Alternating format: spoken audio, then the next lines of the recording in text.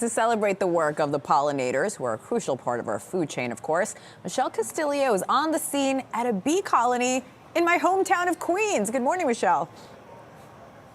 Good morning. I'm here at Astor Apiaries with the owner, Nick Hoefly. So, Nick, let's crack open this hive. All right. Tell me more about how you started Astor Apiaries. So I got into beekeeping as a hobby, and it's one of those hobbies that if you let it, it will just grow out of control. The more that people found out that I had honey, the more they wanted to buy it, and it was just a real easy way to pay for the hobby while doing something that I really enjoyed doing. Now, this is just one of the hives that you tend around New York City. How many hives are there around New York City just in this urban area that you can estimate? There are hundreds. You're never too far away from a hive, no matter where you go around New York City. I am responsible for about 60 of those hives at about 20 different locations around the city. So, in a typical hive, which is the one stack, if I understand it, how many bees live in one hive? These hives are a bit small, so they're housing anywhere from about 25 to 30,000 bees. Some of the larger hives that we have can get up to 50,000 bees. Yeah, if you look around me, there's different hives. We haven't cracked open. We're letting them do their thing. So let's pull out one of the screens and tell me a little bit more about what's going on there. So we're right at the end of our nectar flow season, which means that we're going to be harvesting soon. And so this is actually a frame full of honey.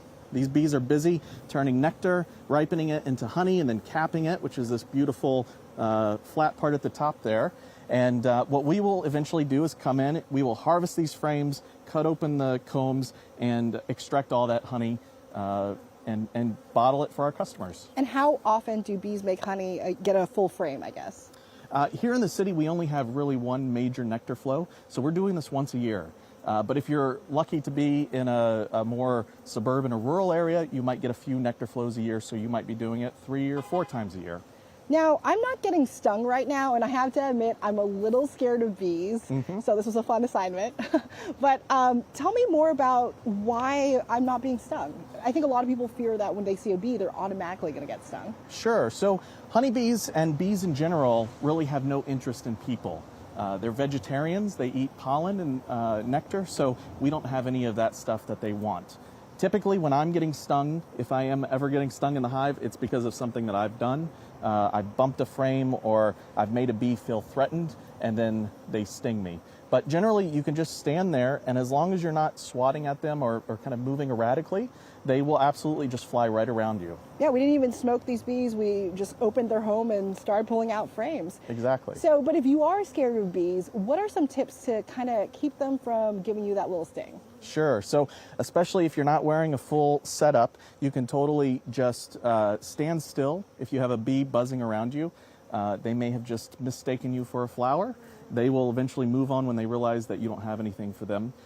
When you do start swatting or running or jumping around, that's when they do become a little more interested in you as a possible threat.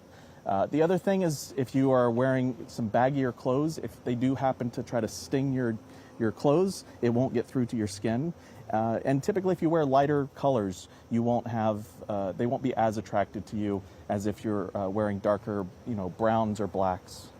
Now I'm going to give this frame back to you, but if you want to try some Astor Apiaries honey, where can you get it? You can go to our website at astorapiaries.com. You can also go to our new storefront in Astoria, Queens, called the Honey House at Astor Apiaries, where we have our honey plus a whole catalog of other different types of honey you can try.